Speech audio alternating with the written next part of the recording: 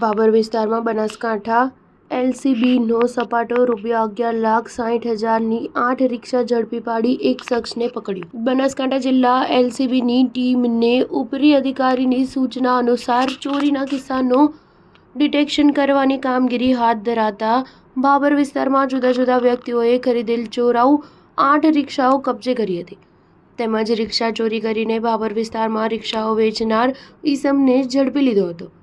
મૂળવડા ગામનો વતની અને હાલ અમદાવાદ હેબતપુરા વિસ્તારમાં રહેતો દિનેશભાઈ સતાભાઈ વાલ્મીકી અમદાવાદના જુદા જુદા વિસ્તારોમાંથી ચોરી કરીને 8 જેટલી રિક્ષા ભાભર વિસ્તારમાં વેચાણ કરી હોય અને તે દિનેશ એક રિક્ષા લઈને આવતો હોય બનાસકાંઠા LCB ટીમને શંકાસ્પદ રીતે લાગતા LCB ટીમના સ્ટાફે રિક્ષા રોકી રિક્ષા ચાલકની પૂછપરછ કરતા તેની પાસેથી રિક્ષા ચોરાઉ હોવાનું માલુમ પડતા દિનેશની વધુ પૂછપરછ કરતા તેણે અન્ય બીજી વધુ કુલ 8 રિક્ષા ચોરી કરી હોવાની કબૂલાત કરી હતી।